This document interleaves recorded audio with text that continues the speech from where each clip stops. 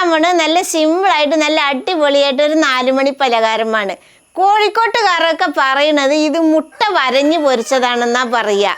ഇത് ഉണ്ടാക്കി കഴിക്കാത്തവർ ഒരു പ്രാവശ്യമെങ്കിലും ഞാൻ ഉണ്ടാക്കി കാണിക്കണ പോലെ നിങ്ങൾ ഉണ്ടാക്കിയാൽ മതി. പിന്നെയും വേണം പറയും കഴിച്ചിട്ട്. അപ്പൊ ഇനി ഇതെങ്ങനെ ഉണ്ടാക്കുക എന്ന് കാണാം. ഞാൻ അതിന് വേണ്ടി എടുത്തിട്ടുള്ളത് 6 കോഴിമുട്ടയാണ്. ആദ്യം അതിനെ നമുക്കൊന്ന് പുഴുങ്ങിയെടുക്കാം. മക്കളെ, നമ്മൾ കോഴിമുട്ട പുഴുങ്ങുമ്പോൾ വല്ലാതെ കല്ല് പോലെ കട്ടിയായിട്ട് പുഴുങ്ങിയെടുക്കാൻ പാടില്ല. നമ്മൾ തോല് കളഞ്ഞെടുക്കുമ്പോൾ ഒന്ന് സോഫ്റ്റായിട്ട് വേണം ഇരിക്കാൻ. എന്ന് വെച്ചാൽ വല്ലാതെ സോഫ്റ്റായിട്ടും പാടില്ല, ഒരു മീഡിയം സോഫ്റ്റ് വേണം കേട്ടോ. അങ്ങനെ പുഴുങ്ങിയെടുക്കുമ്പോഴാണ് നമ്മൾ മുട്ട കഴിക്കുമ്പോൾ നല്ല ടേസ്റ്റ് ഉണ്ടാവുക. ഇപ്പം നമ്മുടെ മുട്ടയൊക്കെ നന്നായിട്ട് വെന്ത് വന്നിട്ടുണ്ട്. ഇനി ഒന്ന് ചൂടാറിയിട്ട് ഇതിൻ്റെ തോടൊക്കെ ഒന്ന് കളയണം.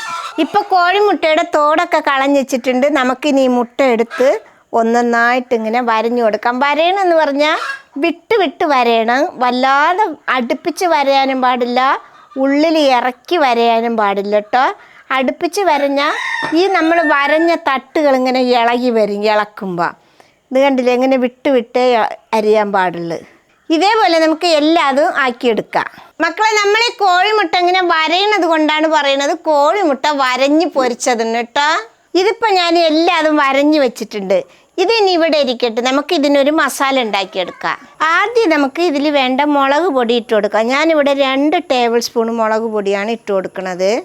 മക്കളെ, ഞാനിതിൽ ഇപ്പോൾ ഇട്ടത് കാശ്മീർ മുളക് പൊടിയാണ് കേട്ടോ. അതുകൊണ്ടാണ് 2 ടേബിൾ സ്പൂൺ ഇട്ടത്. ഇനിയിപ്പോൾ നിങ്ങൾക്ക് എരിവ് കൂടുതൽ വേണമെങ്കിൽ കുറച്ചുകൂടി മുളക് പൊടി കൂട്ടിയെടുത്താൽ മതി. ഇനി ഇതിലേക്ക് ഒരു 1/4 ടീസ്പൂൺ മഞ്ഞൾപ്പൊടി ഇട്ട് കൊടുക്കാം. ഇനി നമുക്കൊരു 1/2 ടീസ്പൂൺ ഗരം മസാല ഇട്ട് കൊടുക്കാം. 1/2 ടീസ്പൂൺ കുരുമുളക് പൊടി ഇട്ട് കൊടുക്കാം. ഇനി നമുക്ക് ഈ മസാലയ്ക്ക് മാത്രം പാകത്തിനുള്ള ഉപ്പിട്ട് കൊടുക്കാം. ഉപ്പ് കൂടി പോവരുത്, ലേശം ഇട്ട് കൊടുത്താൽ മതി.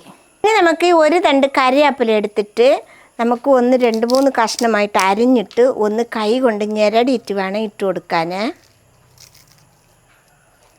കൈ കൊണ്ടൊന്ന് നന്നായിട്ട് ഇങ്ങനെ ഒന്ന് തേച്ച് കൊടുക്കുക. ഇതെന്തിനാണ് ഇടുന്നത് വെച്ചാൽ ഈ കരിവേപ്പിലയുടെ ടേസ്റ്റൊക്കെ മസാലയിൽ ഇറങ്ങി ആ കരിവേപ്പിലയുടെ രുചിയും കൂടി കിട്ടാൻ വേണ്ടിയിട്ടാണ് കേട്ടോ. നമുക്കിനി ഇതിൽ ഒരു ഇച്ചിരിച്ച വെള്ളം ഒഴിച്ച് കൊടുക്കുക. എന്നിട്ട് നമുക്ക് ഇതൊന്ന് കൈ കൊണ്ട് തന്നെ ഇങ്ങനെ കുഴച്ചെടുക്കുക. വെള്ളം നോക്കി ഒഴിക്കണം, വെള്ളം കൂടിപ്പോവരുത് കേട്ടോ. ഈ മസാലയൊക്കെ മുട്ടയിൽ പിടിക്കണം, ആ രീതിക്ക് വേണം നമുക്ക് ഇത് മസാല കുഴച്ചെടുക്കാൻ കേട്ടോ. ഞാനിതിൽ 3 ടേബിൾ സ്പൂൺ വെള്ളം ഒഴിച്ചിട്ടാണ് കുഴച്ചത്. ഇനി നമ്മുടെ മുട്ടയൊക്കെ ഇതിലേക്ക് അങ്ങോട്ട് പിറക്കിയിട്ട് കൊടുക്കാം. ഇനി നമുക്ക് ഈ കൈ കൊണ്ട് തന്നെ ഈ മുട്ടയിൽ ഇങ്ങനെ മസാല എടുത്തിട്ട് ഇങ്ങനെ ഓരോന്നായിട്ട് ഇങ്ങനെ തേച്ച് പിടിപ്പിച്ച് കൊടുക്കാം. വെള്ളം പോരെങ്കിൽ ഇച്ചിരി കൂടി വെള്ളം ഒഴിച്ച് കൊടുത്തിട്ട് വേണം കുഴയ്ക്കാൻ. മുട്ടയിൽ മസാല ഇങ്ങനെ പൊതിഞ്ഞ് വരണം, കണ്ടില്ലേ, ഇതേപോലെ വരണം. ഇതേപോലെ നമുക്ക് എല്ലാ മുട്ടയും ആക്കിയെടുക്കാം.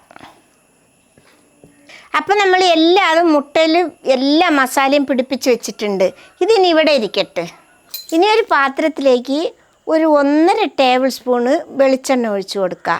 ഇനിയിപ്പോൾ നിങ്ങളുടെ വീട്ടിൽ വെളിച്ചെണ്ണ ഇല്ലെങ്കിൽ ഓയിൽ ഒഴിച്ചു കൊടുത്താലും മതി കേട്ടോ. ഇപ്പോൾ എണ്ണയൊക്കെ നന്നായിട്ട് ചൂടായിട്ടുണ്ട്. നമുക്കിനി മുട്ടയിൽ ഇതേപോലെ മസാലയോടെ തന്നെ ഇങ്ങനെ കോരി ഇങ്ങനെ ഓരോന്നായിട്ട് വെച്ച് കൊടുക്കാം. ഇത് മസാല എണ്ണ കുറച്ച് ഒഴിച്ചത് എന്തെന്നാന്ന് ചോദിച്ചാൽ, തോനെ എണ്ണ ഒഴിച്ചാൽ മസാലയൊക്കെ മുട്ടയിൽ നിന്ന് ഊരിപ്പോവും. അത് പോവാതിരിക്കാനാണ് കുറച്ച് എണ്ണ ഒഴിച്ചത് കേട്ടോ. എണ്ണയിൽ തോനെ ഉണ്ടെങ്കിൽ എണ്ണയിൽ മസാലയൊക്കെ എണ്ണയിൽ അങ്ങ് മുങ്ങിപ്പോവും. ഇത് കണ്ടില്ലേ മക്കളെ, ഞാൻ 6 മുട്ടയും ഇതിൽ വെച്ചിട്ടുണ്ട് കേട്ടോ. ഇനിയിപ്പോൾ ഇച്ചിരി മസാല ഉണ്ട്, അത് ഇതിൻ്റെ മേലേക്ക് തന്നെ നമുക്ക് ഇങ്ങനെ വെച്ച് കൊടുക്കാം. മക്കളെ, ഇത് വേവിക്കുമ്പോൾ മീഡിയം ടു ഹൈ ഫ്ലെയിമിൽ വെച്ചിട്ട് വേണം ഇത് വേവിക്കാൻ. മുട്ട വെന്തതല്ല, അപ്പം നമുക്ക് മസാലയുള്ള പച്ചമണം മാത്രം ഒന്ന് മാറി കിട്ടിയാൽ മതി കേട്ടോ.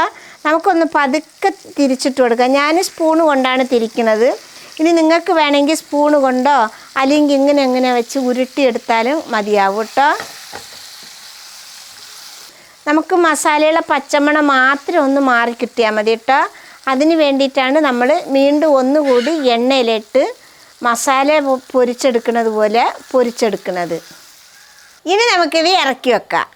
അപ്പം നമ്മുടെ മുട്ട വരഞ്ഞ് പൊരിച്ചത് റെഡി ആയിട്ടുണ്ട്. ഇനി നമുക്കിതൊരു പാത്രത്തിലേക്ക് ഇട്ട് കൊടുക്കാം. ഞാൻ തിന്നോക്കട്ടെ മുട്ട വരഞ്ഞ് പൊരിച്ചത്. ആ